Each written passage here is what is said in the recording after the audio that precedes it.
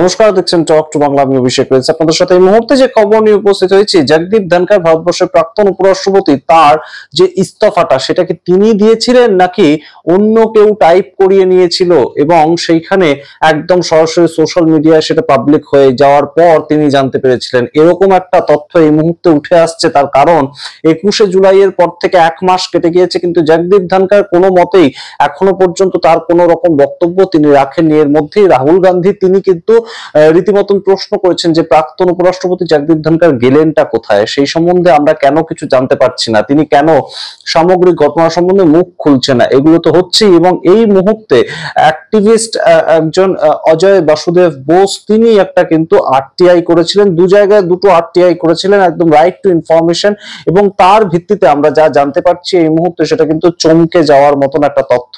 এবং সেইখান থেকেই এই ন্যারেটিভটা উঠে আসছে এই মুহূর্তে যে জগদীপ ধনখড় নিজে কোনো ধরনের কোনো ইস্তফা পত্র টাইপই করেননি, তাহলে তার হয়ে ইস্তফা পত্রটা টাইপ করলোটাকে, এই প্রশ্ন কিন্তু এই মুহূর্তে উঠে যাচ্ছে। যে প্রশ্নটা উঠছে আরো গুরুত্বপূর্ণ ভাবে, যে তিনি কি জানতেই পারেননি তার যে ইস্তফা পত্রটা জমা পড়ে গেল এবং গৃহীত হয়ে গেল, সেই প্রশ্ন নিয়ে আজকের এই বিস্তারিত প্রতিবেদন শেষ অবধি দেখুন। তার আগে অবশ্যই টক টু বাংলা ইউটিউব চ্যানেলটিকে সাবস্ক্রাইব করে দিন। আপনারা জানেন যে জগদীপ ধনখড় তিনি অত্যন্ত গুরুত্বপূর্ণ একজন মানুষ ছিলেন, বিজেপি সরকারের অত্যন্ত কাছের একজন মানুষ ছিলেন, কিন্তু আমরা দেখলাম যে 21শে জুলাই যেদিন বাদল অধিবেশন শুরু হলো, সেদিন হঠাৎ করে সকালবেলা জগদীপ ধনখড় যে মুডে ছিলেন, রাত্রিবেলা তো আমরা ভাবতেই পারিনি যে কোনোভাবে একদম তার ইস্তফা পত্র গৃহীত হয়ে যাবে কিংবা ইস্তফা পত্র তিনি দেবেন। তার কারণ 7:30টার সময় পর্যন্ত জয়রাম রমেশ তার সঙ্গে তার ফোনে কথা হয়েছে, ওভার দ্য টেলিফোন কথা হয়েছিল, এবং তার পরবর্তীতে রাত 9:25-এ হঠাৎ আমরা সোশ্যাল প্ল্যাটফর্মে দেখতে পাই জগদীপ ধনখড়ের ইস্তফা, এবং সেখানে আমরা দেখতে পাই যে শারীরিক কারণ দেখিয়ে তার ইস্তফাটা তিনি দিয়েছেন। কিন্তু এই মুহূর্তে যে প্রশ্নটা উঠছে তার পেছনের কারণটা কিন্তু একজন অ্যাক্টিভিস্ট অজয় বাসুদেব বোস, তিনি দুটো জায়গায় দুটো আরটিআই করেছিলেন। ভারতবর্ষের মানুষ হিসেবে তিনি আরটিআই করতেই পারেন, এবং রাষ্ট্রপতি ভবনে তিনি আরটিআই করেছিলেন, যে রাষ্ট্রপতি ভবনে সেদিন অর্থাৎ 21শে জুলাইকে জগদীপ ধনখড় গিয়েছিলেন সশরীরে। তা না হলে তিনি কিভাবে একদম সরাসরি তার ইস্তফাপত্রটা জমা দিলেন? তার কারণ উপরাষ্ট্রপতি তিনি যদি একদম সরাসরি ইস্তফাপত্র দিতে চান, তাহলে তো তাকে রাষ্ট্রপতির কাছে গিয়ে সেই ইস্তফাপত্রটা দিতে হবে, এবং উপরাষ্ট্রপতি বা যে কোনো মানুষ যখন রাষ্ট্রপতি ভবনে যান না কেন, তার একটা পদ্ধতি আছে, একটা প্রোটোকল আছে, হঠাৎ করে যে কেউ রাষ্ট্রপতির সঙ্গে দেখা করতে যেতে পারেন না দেশে। এবং সেই নিরিখেই কিন্তু এই আরটিআইতে যা জবাব বেরিয়ে এসছে সেটা দেখেই কিন্তু এই মুহূর্তে বিভিন্ন ধরনের প্রশ্ন সারা দেশের বিভিন্ন মহলে উঠে বেড়াচ্ছে, এবং সেটা নিয়েই কিন্তু এই মুহূর্তে বেশ খানিকটা চর্চা শুরু হয়েছে। এবং তার মধ্যে এই যে আরটিআইটা, তার উত্তরে কিন্তু যেটা বেরিয়ে এসছে, সেখানে বেরিয়ে এসছে যে না, সেদিন রাত্রিবেলা জগদীপ ধনখড় উপরাষ্ট্রপতি হিসাবে রাষ্ট্রপতির কাছে যাননি।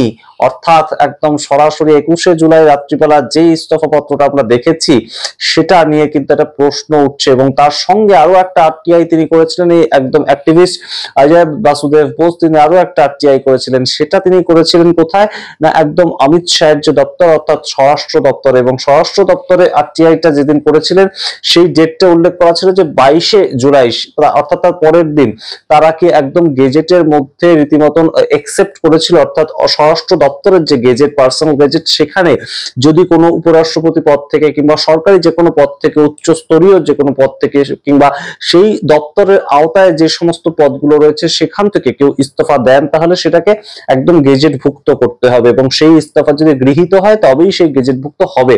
এবং সেটা কিন্তু দেখা গিয়েছে যে 22শে জুলাই একদম গেজেট ভুক্ত হয়ে গিয়েছে, অর্থাৎ সেখানে জগদীপ ধনখড়ের ইস্তফা পত্রটা গৃহীত হয়ে গিয়েছে। সুতরাং বুঝতেই পারছেন এই মুহূর্তে কিন্তু বেশ খানিকটা চাপের পরিস্থিতি তৈরি হয়েছে মোদী সরকারের জন্য, আবারও এই আরটিআই দুটো সামনে আসার পর থেকে। এবং এই আরটিআই আপনারা দেখতে পাচ্ছেন যেখানে রীতিমতন উপরাষ্ট্রপতি যে রাষ্ট্রপতির ভবনে যাননি, এবং সেই 21শে জুলাই রাত 9:25-এ তার ইস্তফা পত্রটা সোশ্যাল প্ল্যাটফর্মে কিভাবে পাবলিক হয়ে গেল সেটা নিয়েই কিন্তু এই মুহূর্তে প্রশ্ন উঠছে। আমরা এর আগে বিভিন্ন ধরনের সূত্র মারফত বিভিন্ন খবর জানতে পেরেছি যে কেন হঠাৎ করে মোদী সরকার এইভাবে একদম জগদীপ ধনখড় তাকে সরে যেতে হলো। মোদী সরকার অত্যন্ত কাছের একজন মানুষ ছিলেন জগদীপ ধনখড়, তবুও কেন তাকে সরে যেতে হলো, এটা কিন্তু একটা বড় প্রশ্ন ছিল মোদী সরকারের কাছে, দেশের মানুষের বিভিন্ন বিভিন্ন ধরনের কনসেপ্ট উঠে এসেছিল, যে আমরা জানতে পেরেছিলাম একদম শিবরাজ সিং চৌহান কৃষি মন্ত্রী, তাকে যেভাবে একদম পাবলিক ডোমেইনে দাঁড়িয়ে উপরাষ্ট্রপতি প্রশ্ন করেছিলেন যে এই মুহূর্তে সরকার কৃষকদের জন্য কি করছে, আপনাকে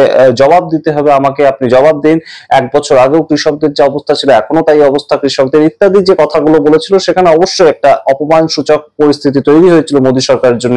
কিন্তু তারপরেও কিন্তু তিনিই ছিলেন রাজ্যসভার সভাপতি এবং শেষ পেরেকটা তার নিজের যে চেয়ারে সেটা তিনি পুঁতে দিয়েছিলেন বলা যেতে পারে এই 21শে জুলাইতেই। এবং তিনি দুটো ঘটনা ঘটান। 21শে জুলাই প্রথম ঘটনা ঘটান বিজনেস অ্যাডভাইজারি কমিটির মিটিং ডাকেন তিনি বেলা 12টা নাগাদ, এবং সেই বেলা 12টার মিটিং এ কিন্তু উপস্থিত ছিলেন যেমন মাল্লিকার্জুন খাড়গে, জয়রাম রমেশ থেকে শুরু করে কংগ্রেসের বিভিন্ন নেতৃত্বরা।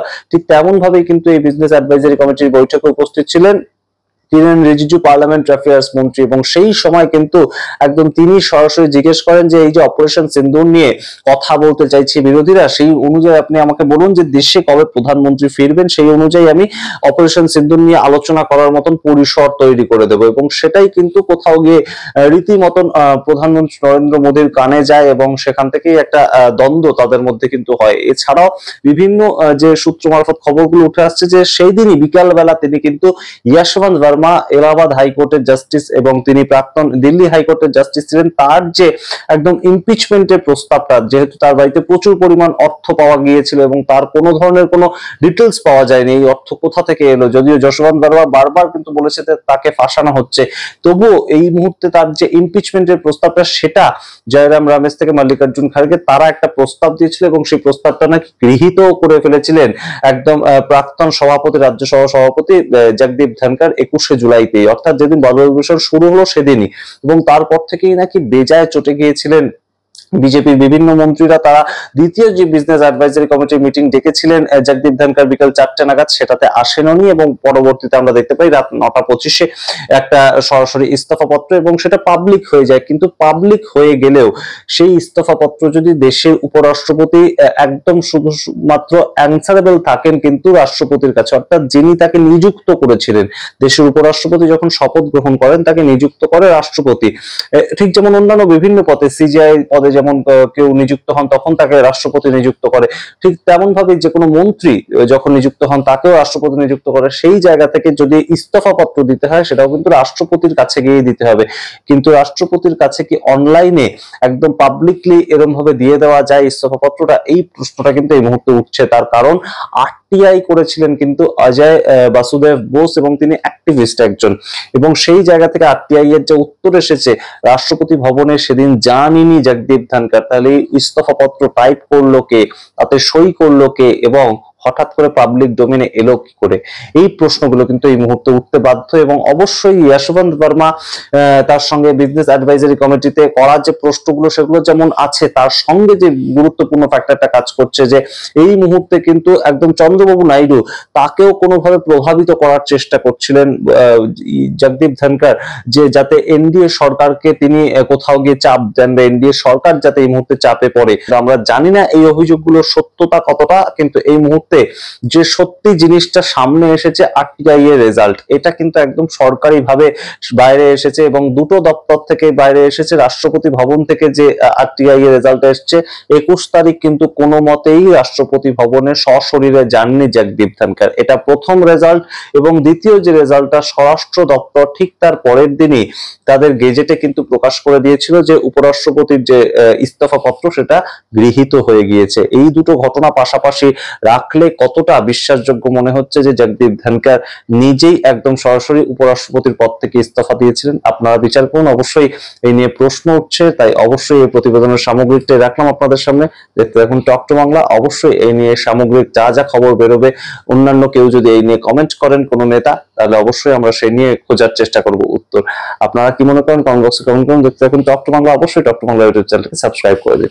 ধন্যবাদ।